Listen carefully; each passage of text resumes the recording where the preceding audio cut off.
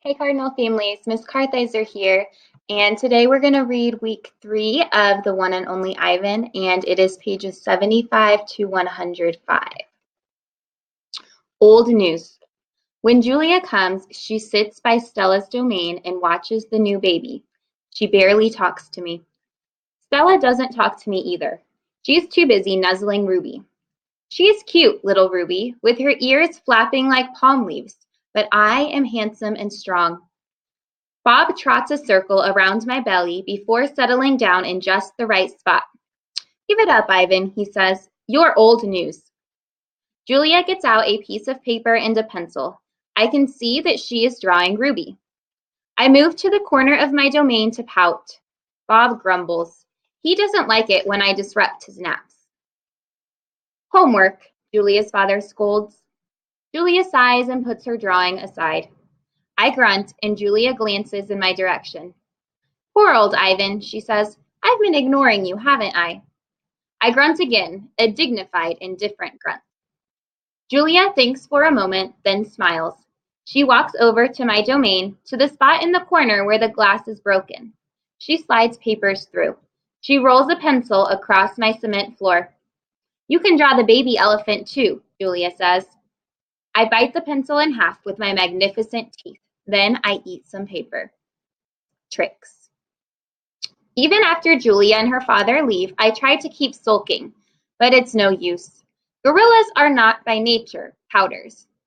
Stella, I call, it's a full moon. Do you see? Sometimes when we are lucky, we catch a glimpse of the moon through the skylight in the food court. I did, Stella says. She's whispering, and I realize that Ruby must be asleep. Is Ruby all right? I ask. She's too thin, Ivan, Stella says. Poor baby. She was in that truck for days. Mac bought her from a circus, the same way he bought me, but she hadn't been there long. She was born in the wild like us. Will she be okay? I ask. Stella doesn't answer my question. The circus trainers chained her to the floor, Ivan, all 4 feet, 23 hours a day. I puzzle over why this would be a good idea. I always try to give humans the benefit of the doubt. Why would they do that? I finally ask. To break her spirit, Stella says, so she could learn to balance on a pedestal, so she could stand on her hind legs, so a dog could jump on her back while she walked in mindless circles. I hear her tired voice and think of all the tricks Stella has learned. Introductions. When I awake the next morning, I see a little trunk poking out between the bars of Stella's domain. Hello, says a small, clear voice. I'm Ruby. She waves her trunk. Hello, I say. I'm Ivan. Are you a monkey? Ruby asks. Certainly not. Bob's ears perk up, although his eyes stay closed. He's a gorilla, he says, and I am a dog of uncertain heritage. Why did the dog climb your tummy? Ruby asks. Because it's there, Bob murmurs. Is Stella awake? I ask. Aunt Stella's asleep, Ruby says. Her foot is hurting, I think. Ruby turns her head. Her eyes are like Stella's, black and long-lashed, bottomless lakes fringed by tall grass. When is breakfast? She asks. Soon, I say, when the mall opens and the workers come. Where? Ruby twists her head in the other direction. Where are the other elephants? It's just you and Stella, I say, and for some reason I feel we've let her down. Are there more of you? Not, I say, at the moment. Ruby picks up a piece of hay and considers it. Do you have a mom and a dad? Well, I used to. Everyone has parents, Bob explains. It's unavoidable. Before the circus, I used to live with my mom and my aunts and my sisters and my cousins, Ruby says. She drops the hay, picks it up, twirls it. They're dead. I don't know what to say. I am not really enjoying this conversation, but I can see that Ruby isn't done talking. To be polite, I say, I'm sorry to hear that, Ruby. Humans killed them, she says. Who else? Bob asks, and we all fall silent. Stella and Ruby. All morning, Stella strokes Ruby, pats her, smells her. They flap their ears. They rumble and roar. They sway as if they're dancing. Ruby clings to Stella's tail.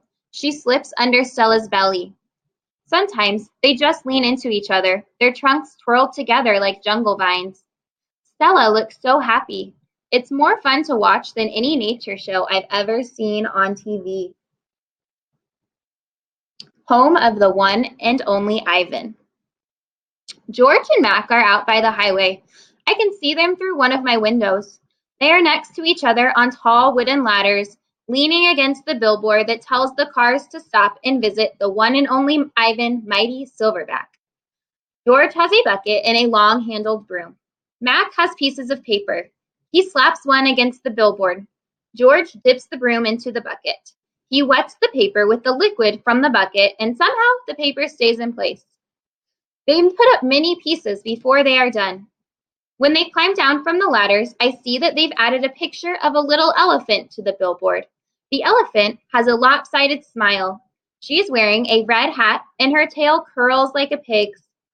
She doesn't look like Ruby. She doesn't even look like an elephant. I've only known Ruby one day, and I could have drawn her better. Art lesson. Ruby asks a lot of questions.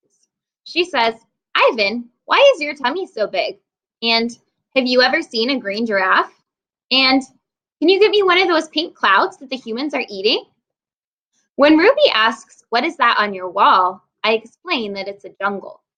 She says the flowers have no scent, and the waterfall has no water, and the trees have no roots. I am aware of that, I say. It's art, a picture made with paint. Do you know how to make art? Ruby asks.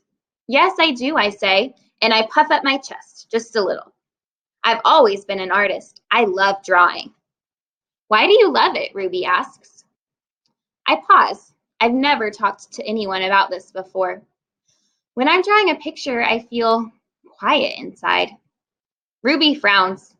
Quiet is boring. Not always. Ruby scratches the back of her neck with her trunk. What do you draw anyway? Bananas, mostly. Things in my domain. My drawings sell at the gift store for $25 a piece with a frame. What's a frame? Ruby asks. What's $1? What's a gift store?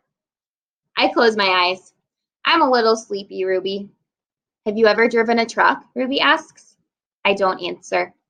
Ivan? Ruby asks. Can Bob fly? A memory flashes past, surprising me. I think of my father snoring peacefully under the sun while I try every trick I know to wake him. Perhaps, I realize, he wasn't really such a sound sleeper after all. Treat. How's that fiddle, girl? George asks Stella. Stella pokes her trunk between the bars. She inspects George's right shirt pocket for the treat he brings her every night without fail. George doesn't always bring me treats. Stella's his favorite, but I don't mind. She's my favorite too. Stella sees that George's pocket is empty. She gives George a frustrated nudge with her trunk, and Julia giggles. Stella moves to George's left pocket and discovers a carrot. Nimbly, she removes it. Mac walks past. Toilet's plugged up in the men's bathroom, he says. Big mess. I'll take care of it, George sighs. Mac turns to leave. Before you go, Mac, George says, you might want to take a look at Stella's foot. I think it's infected again. Darn thing never does heal up right. Mac rubs his eyes. I'll keep an eye on it. Money's tight, though. Can't be calling the vet every time she sneezes. George strokes Stella's trunk. She inspects his pockets one more time, just in case. Sorry, girl, George says as he watches Mac walk away. Elephant jokes. Ivan? Bob? I blink. The dawn sky is a smudge of gray, flecked with pink, like a picture drawn with 2 crayons.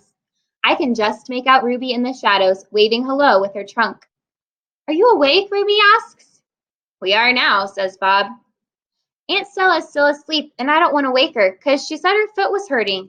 But I'm really, Ruby pauses for a breath, really bored. Bob opens one eye. You know what I do when I'm bored? What? Ruby asks eagerly. Bob closes his eyes. I sleep. It's a little early, Ruby, I say. I'm used to getting up early. Ruby wraps her trunk around one of the bars on her door. At my old circus, we always got up when it was still dark, and then we had breakfast and we walked in a circle. And then they chained my feet up, and that really hurt. Ruby falls silent. Instantly, Bob is snoring. Ivan, Ruby asks, do you know any jokes? I especially like jokes about elephants. Well, let me see. I heard Mac tell one once. I yawn. How can you tell that an elephant has been in the refrigerator? How? By the footprints in the butter. Ruby doesn't react. I sit up on my elbows, trying not to disturb Bob. Get it? What's a refrigerator? Ruby asks. It's a human thing. A cold box with a door. They put food inside. They put food in the door or food in the box? And is it a big box, Ruby asks, or a little box? I can see this is going to take a while, so I sit up all the way. Bob slides off, grumbling. I reach for my pencil, the one I snapped in half with my teeth. Here, I say, I'll draw you a picture of one. In the dim light, it takes me a minute to find a piece of the paper Julia gave me. The page is a little damp and has a smear of something orange on it. I think it's from a tangerine. I try my best to make a refrigerator. The broken pencil is not cooperating, but I do what I can. By the time I'm done, the first streaks of morning sun have appeared in flashy cartoon colors. I hold up my picture for Ruby to see. She studies it intently. Her head turned so that one black eye is trained on my drawing. Wow, you made that. Is this the thing you were telling me about before? Art? Sure is. I can draw all kinds of things. I'm especially good at fruit. Could you draw a banana right now? Ruby asks. Absolutely. I turn the paper over and sketch. Wow, Ruby says again in an odd voice when I hold up the page. It looks good enough to eat. She makes a happy, lilting sound, an elephant laugh. It's like the song of a bird I recall from long ago, a tiny yellow bird with a voice like dancing water. Strange. I'd forgotten all about that bird, how she'd wake me every morning at dawn when I was still curled safely in my mother's nest. It's a good feeling, making Ruby laugh. So I draw another picture and another along the edges of the paper, an orange, a candy bar, a carrot. What are you two up to? Stella asks, moaning as she tries to move her sore foot. How are you this morning? I ask. Just feeling my age, Stella says. I'm fine. Ivan is making me pictures, Ruby says, and he told me a joke. I really like Ivan, Aunt Stella. Stella winks at me. Me too, she says. Ivan, want to hear my favorite joke? Ruby asks. I heard it from Maggie. She was one of the giraffes in my old circus.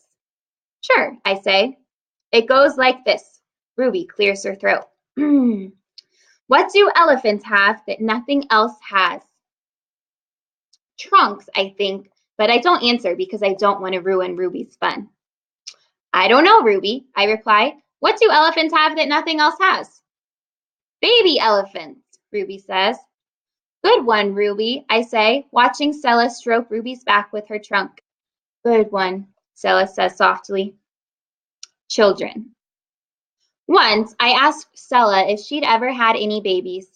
She shook her head. I never had the opportunity. You would have made a great mother, I told her. Thank you, Ivan, Stella said, clearly pleased. I like to think so. Having young ones is a big responsibility. You have to teach them how to take mud baths, of course, and emphasize the importance of fiber in their diet. She looked away, contemplating. Elephants are excellent at contemplating. I think the hardest part of being a parent, Stella added after a while, would be keeping your baby safe from harm, protecting them. The way silverbacks do in the jungle, I said. Exactly, Stella nodded. You would have been good at protecting, too, I said confidently. I'm not so sure, Stella said, gazing at the iron bars surrounding her. I'm not sure at all. The parking lot. Mac and George are chatting while George cleans one of my windows. George, Mac says, frowning, there's something wrong with the parking lot. George sighs. I'll take a look as soon as I'm done with this window. What's the problem? There are cars in it. That's what's wrong. Cars, George. Mac breaks into a grin. I think things are actually starting to pick up a bit. It's got to be the billboard. People see that baby elephant and they just have to stop and spend their hard-earned cash. I hope so, George says. We sure could use the business. Mac's right. I have noticed more visitors coming since he and George added the picture of Ruby to the sign. People crowd around Ruby and Stella's domain, oohing and awing at the sight of such a tiny elephant. I gaze out at the huge sign that makes humans stop and spend their hard-earned cash. I have to admit that the picture of Ruby is rather cute, even if she doesn't look like a real elephant. I wonder if Mac could add a little red hat and a curly tail to the picture of me.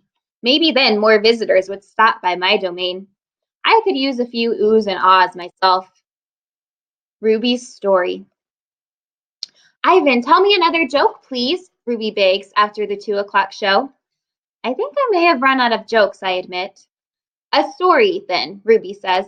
Aunt Stella's sleeping, and there's nothing to do. I tap my chin. I'm trying hard to think.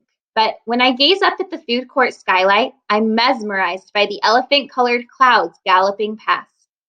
Ruby taps her foot impatiently. I know.